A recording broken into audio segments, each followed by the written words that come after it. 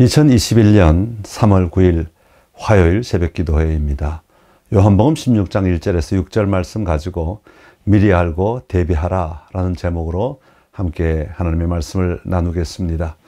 요한복음 16장 1절부터 6절까지 말씀 먼저 읽어 드립니다. 내가 이것을 너희에게 이름은 너희로 실족하지 않게 하려 함이니 사람들이 너희를 출교할 뿐 아니라 때가 이르면 무릇 너희를 죽이는 자가 생각하기를 이것이 하나님을 섬기는 일이라 하리라. 그들이 이런 일을 할 것은 아버지와 나를 알지 못함이라. 오직 너희에게 이 말을 한 것은 너희로 그 때를 당하면 내가 너희에게 말한 이것을 기억나게 하려 함이요 처음부터 이 말을 하지 아니한 것은 내가 너희와 함께 있었음이라. 지금 내가 나를 보내신 이에게로 가는데 너희 중에서 나더러 어디로 가는지 묻는 자가 없고 도리어 내가 이 말을 함으로 너희 마음에 근심이 가득하였도다. 아멘. 우리는 전도할 때 어떤 말들을 많이 합니까? 예수님을 믿게 되면 얻게 될 축복을 많이 말합니다. 실제로 예수님을 믿게 되면 맞이하게 되는 고통이나 어려움에 대하여는 잘 이야기하지 않습니다. 그러다 보니 교회 처음 나와서 어려움을 겪게 되면 대부분이 그 어려움과 신앙의 정도를 연결시켜 힘들어하는 것을 보게 됩니다. 내가 믿음이 없어서 이런 고통이 온다고 말하거나 내가 신앙이 깊지 못해서 감당할 수 없다는 말을 하게 됩니다. 오늘 본문의 말씀은 예수님의 제자로 살아가기 위해 치러야 하는 대가라는 차원에서 이 말씀을 보아야 합니다. 우리가 예수님을 따르고 믿음으로 말미암아 우리에게 다가오는 대가는 바로 고통입니다. 외로움입니다. 어려움입니다. 이스라엘 백성들이 애굽의 노예로 살아가다가 광야로 나왔을 때 그들이 치러야 하는 대가가 있었습니다. 마음대로 먹을 수 없었던 것이 있습니다. 마음대로 누리지 못하던 것들이 있었습니다. 오죽하면 그것을 못 누리게 되었을 때 애굽을 그리워했겠습니까? 그러니까 그들이 광야 속에서 이렇게 말합니다. 민수기 11장 5절입니다. 우리가 애굽에 있을 때 값없이 생선과 오이와 참외와 부추와 파와 마늘들을 먹은 것이 생각나거늘 그렇게 말합니다. 애굽에서 나와서 광야의 길을 걸어갈 때 감당해야 할 일인 것입니다. 어제에 이어서 오늘도 예수님은 제자들에게 앞으로 그리스도를 따름으로 말미암아 일어나게 될 일들을 미리 말씀해 주십니다.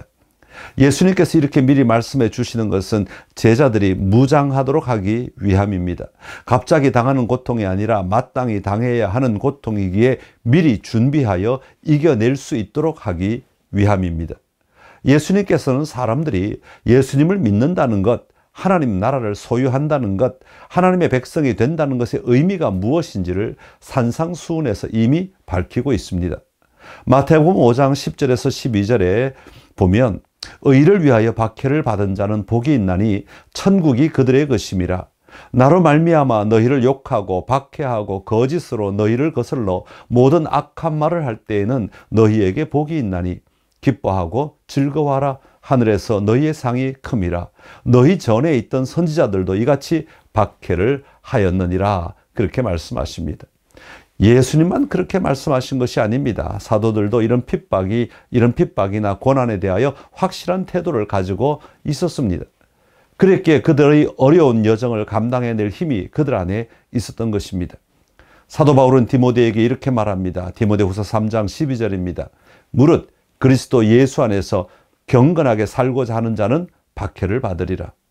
이뿐만이 아닙니다. 사도 바울은 고난이나 핍박을 많이 말하였습니다. 육신의 고난이 있으리니 그리스도의 고난이 우리에게 넘친 것 같이 우리가 받는 것 같은 고난을 너희도 견디게 하느니라. 너희가 고난에 참여하는 자가 된 것 같이 힘에 겹도록 심한 고난을 당하여 그를 위하여 고난도 받게 하려 하심이라. 그리스도의 남은 고난, 이처럼 다양한 상황에서 다양한 말로 고난과 핍박이 임하게 될 것이고 그것을 받아야 할 것을 바울은 말하고 있습니다. 베드로 사도는 특별히 이 고난에 대하여 많이 말하고 있습니다. 베드로 전서에 보면 매 장에 걸쳐 고난에 관한 말씀을 하고 있습니다. 부당하게 고난을 받아도 하나님을 생각함으로 참으면 이는 아름답다. 선을 행함으로 고난을 받고 참으면 이는 하나님 앞에 아름다우니라. 의를 위하여 고난을 받으면 복 있는 자다. 그리스도의 고난에 참여하는 것을 즐거워하라. 그리스도인으로 고난을 받으면 부끄러워하지 말라. 이처럼 베드로도 고난을 당하면 그것이 그리스도인이라는 뜻이고 그것으로 인해 오히려 하나님 앞에 서라고 요청하고 있습니다.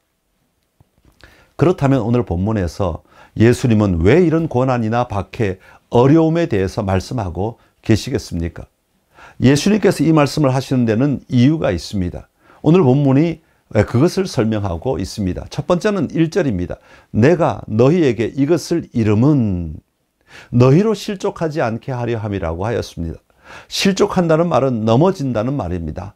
믿음을 의심하게 될지도 모릅니다. 내가 가지고 있는 믿음의 가치를 약화시킬 수도 있습니다. 그래서 예수님은 앞으로 이런 고난이나 핍박이 일어나게 될 것을 미리 말씀해 주시는 이유는 실족하지 않게 하기 위함입니다. 다시 말하면 미리 경고해 주시는 것입니다. 앞으로 일어날 것이다. 이런 경고는 어떤 의미가 있습니까? 이런 경고는 우리로 하여금 무장하게 만들어 줍니다. 앞으로 일어날 일들을 분명히 알고 미리 무장하여 대비하고 있어야 한다는 말입니다. 어느 정도까지 어려움이 온다고 말씀합니까? 2절에 보면 출교할 것이다. 너희를 죽이는 자가 나올 것이다. 그렇게 말하죠. 출교한다는 것은 쫓아낸다는 말입니다. 당시 회당에서 쫓겨난다는 것입니다. 당시 회당에서, 다시 말하면 유대 사회 속에서 쫓겨난다는 것은 단순히 교회를 못 나오게 하는 정도가 아닙니다. 그것보다 더 근원적으로 그들은 예배를 드리거나 성경을 읽거나 기도를 하는 것이 금지되었습니다. 더 나아가 유대 사회 속에서 사회생활을 제대로 할 수 없도록 만들어버리는 것입니다. 그리고 가족의 관계에서도 축출당하기도 합니다. 완전히 사회로부터 왕따를 당하게 되는 상태입니다. 또한 우리를 죽이는 자가 나오게 될 것이라고 말합니다. 그러면서 그들이 뭐라고 말합니까?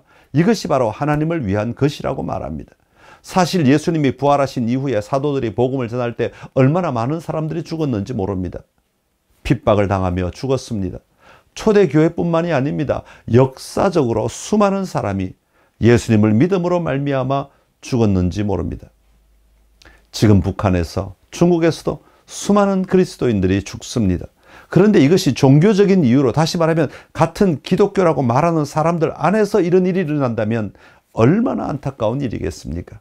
그러면서 말하기를 이것은 하나님을 위한 것이라고 말하는 것입니다.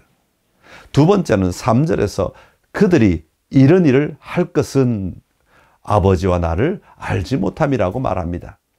유대인들이 예수님을 믿는 자들을 잡아 가두면서 핍박하는 이유는 하나님을 제대로 알지 못하기 때문입니다.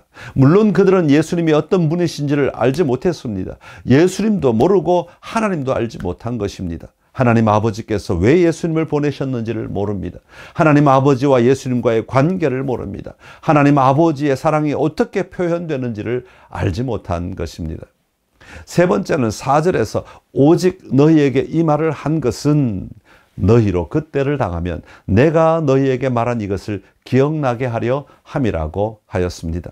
미리 알려주시는 것입니다. 왜 미리 알려주십니까? 대비할 수 있도록 하기 위함입니다.